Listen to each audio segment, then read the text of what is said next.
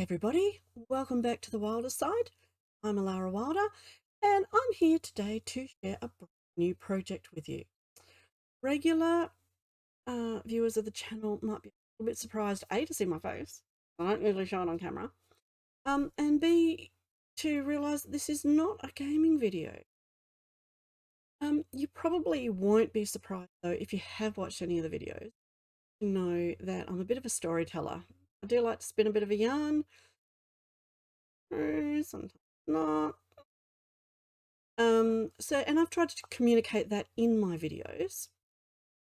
But what you might not know is that I'm constantly doing that in real life as well.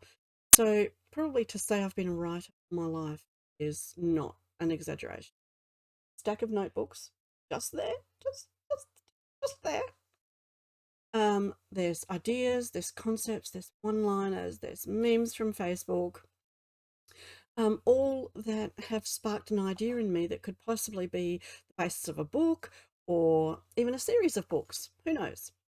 But I'm not here to talk to you about me. I'm here to talk to you about NaNoWriMo. NaNoWriMo stands for National Novel Writing Month. Nano started in the US in 1999, a little bit ago, as a straightforward challenge just to see if a writer could get 50,000 words down in 30 days in the month of November. Popularity and the word sort of spread. And in 2006, NaNoWriMo became a not-for-profit organisation, and its programs support writing fluency and education, not just in the US, but in an online forum worldwide. The Nano website now hosts more than 1 million authors spread across 6 continents. So, and because the 7th continent is Antarctica, that makes it global. And prior to the current world situation, has partnered in the past with libraries, community centres, community groups for in-person events such as write-ins and the like, where people gather together, bring their writing materials and, write. Nano, as I said, is held in November. Initially it was just November, but it has expanded now to include 2 camps. So Camp Nano is held in April and July, and this is a choose your own adventure type thing, where you set your word goal, you set your project. It doesn't have to be necessarily a novel. It can be editing, it can be plotting or planning, whatever type of project you want to work on. So some of the books that have been written during Nano have been made into a movie of the same name, the book by Sarah Gruen. Erin Morgenstern's The Night Circus, which is in current production for a movie. Hugh Howey's Wool, which has been picked up by 20th Century Fox. Nano has encompasses people from all walks of life. It makes no discrimination between borders. So, and to that end, it is very much a community-driven event, and it is run by a pool of over 900 volunteers called municipal liaisons. And this year, I am one of the municipal liaisons for Western Australia. So now that I've bored you all with the backstory, and now you all know that Nano's held in November, why am I talking to you on the 1st of October? Well, it's not October. You're all shouting at me. It's not October. It's Preptober. This is the month where a large or vast number of authors are spending time planning their novels, whatever they're going to write for November. When I first participated in Nano, I didn't realise that you could do any of the work before the 1st of November. So I got to the 1st of November and I frantically started typing, failed miserably because I couldn't physically do it all in just those 30 days. So this is what Preptober is about. And some people do a Prepsember or prep, yeah, something like that. Anyway,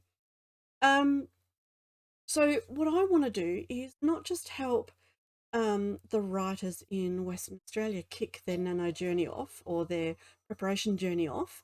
I'm here for you wherever you are. If you want to reach out via the the down there, or send me I think the DMs is up there, and I will support you in your journey and drag you forward with me. So let's talk about Preptober. What do you do in Preptober? Lots of writers do extensive planning. I know of some writers, Abbie Emmons, for example, is just one name that springs to mind. Jenna Morassi is another, who write extensive outlines, to the extent that they write 30 or 40,000 word outlines before they start writing their novel. So we call those planners. Okay, they are planners to the bone, but not everybody is a planner. Some people are pantsers. And they write from the seat of their pants. They discovery write. They start with the first sentence and just keep going from there. And that's what I tried to do in my first Nano. I tried to pants it right from the start, from a meme that I've seen on Facebook, which we'll discuss in later videos. Other writers like to fall somewhere in the middle, and we call them plantsers, and that's probably where I am. I like to have an outline, essentially a skeleton, and maybe a little bit of flesh here, a little bit of flesh there, too much flesh there, to hang my story on, a skeleton to hang my story on. But once I've got that skeleton, I kind of let the characters tell the story. To write my story, I use a program called Scrivener. Now, if you've written before, or taken part in Nano before, chances are you will be aware of Scrivener. I'm still learning how to use it, but the more I use it, the more I like the way it lets me have everything in the one place. I can have multiple panes open. I can have all of my character backstories, I can have photos, I can have websites, all loaded into one place that I can take with me on a little USB thumb drive, whatever you call it, wherever you're from. Scrivener was designed specifically for writers by writers. And I have I have a link to the official Scrivener website in the down there. Nano participants also currently get a 20% discount off of purchasing Scrivener, so that's fairly substantial. They are a big supporter of NaNoWriMo, and there's other deals, and I will put the deals from the Nano website in the down there so that you can see what's available. But you can use Scrivener if you want to for 30 days completely free. Nano's 30 days long. And to see if you like it, to see if it works for your style of writing. So what I'm going to do now is I'm going to swap to Scrivener and show you how I am setting up for my project. The easiest one to do is to go for blank or to go for fiction. I'm going to go for fiction. I'm not going to use that romance template. It was one I downloaded. I don't really like it. So I'm just going to go for novel and create. And it's going to ask me to create a novel. I'm going to move the papers that I had on my keyboard off. So I'm going to go, just call it template. And it will pop open. All right. So within Scrivener, it gives you a tutorial inside itself. It shows you how to use the template, how to use each section. If you follow it step by step, you will have a really good overview of how to use it, but a really good basic overview. And there's some really advanced stuff that some people love, other people hate, that I use some of and don't use others. Okay, so down the side here is where you would have your folders, and we're just going to put this as simple as that. You can also change the names by typing in here, not just in here. The same with the scenes. Change the name. If you change this to, not with it, you can see it changes the name over here. Now, if we right click, you can add text. And let's add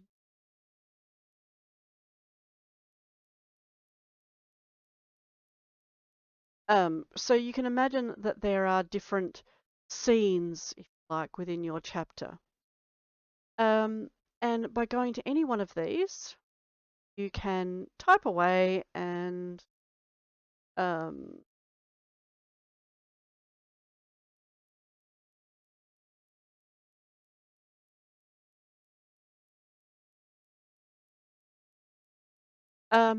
okay, so let's put a full stop there because that'll make me twitch. So you can type in there.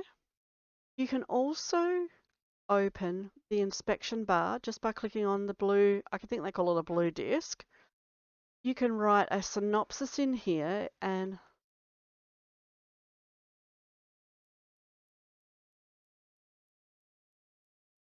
for example, a bit of a synopsis. And so when you've written, you put a little synopsis in there, you can write in here about whatever, and that synopsis will still stay there to guide you. And you can easily change the sizes of things, whatever works for you. Okay, there is, and there are different types of things here. I'll let you do a lot of exploring. You can also look at it here, and this is your corkboard view. So if you had, you can type directly into this synopsis from here, right there, as well as doing it in the chapter. And if you want to, you can move this around. And as you can see, it has changed the order over here within your chapter. And you can drag and drop the actual chapters up and down as well. So it is a really handy way if you like to put your book together using sticky notes on a whiteboard. Here are your sticky notes on the whiteboard, but instead of having to take that sticky note over to your computer and start typing, when you, there's your sticky note right there beside you still, and you can start typing away. Now, and again, I will let you, if you want to explore all that, there are some basic templates. Oh, come on. Character sketch and a scene. And if you go to the character, you can see a character name and a little bit of information that you can put in there. You can also drop a photo, just drag and drop it from a file straight into there. And I'll show you how I set mine up when we go through it next week, and how I modify this a little bit next week as well. And the setting sketch is very similar. You're talking about the settings. It's really good to have. You can drag a photo in here. You can also put notes. For example, it's used in chapter 3 when they're outside looking at a crime scene, or in chapter 10 when they're riding their horses through the hills. You can use the same basic scenes and make some notes for yourself to go, oh, I know where I need to, go and look to find this, or to tweak it a bit to make it more whatever, or gosh, I added a fountain, I need to go and find, where that is to put the fountain in, and your notes there, if you have put them there, will tell you which chapter go and look into. You can see it instantly, and you can still see an overview, just like the corkboard through here. You can set it in different colors. I obviously have it set to dark scene at the moment. I like the ocean. Ocean. Violet haze is a bit wishy-washy for me, but I would like something that was a bit on the pink side. You can also find themes online. And you can set a default. I have set my default font to be Comic Sans. If you go and have a look, okay, just because it's easy to read. But you can set it to whatever font you want. If you want it to set to JokerScript or Wingdings, you can set that in the settings, somewhere in here, options. You can set all of your things. You can add, if you sometimes, like for example, instead of having to worry about your apostrophes, you can fix it. It's a bit dodgy, let me tell you. You will work it out as you go. But for example, till, it will pick up till in front, inside a word and replace it with that. So you have to make sure you put a space before and after till, to make sure it does the right thing. But you'll work that out. Anyway, that's how, that's the basics of Scrivener. The other thing that you can do as well is you can have it set so you can be typing on one side, and on this side you can have a different chapter.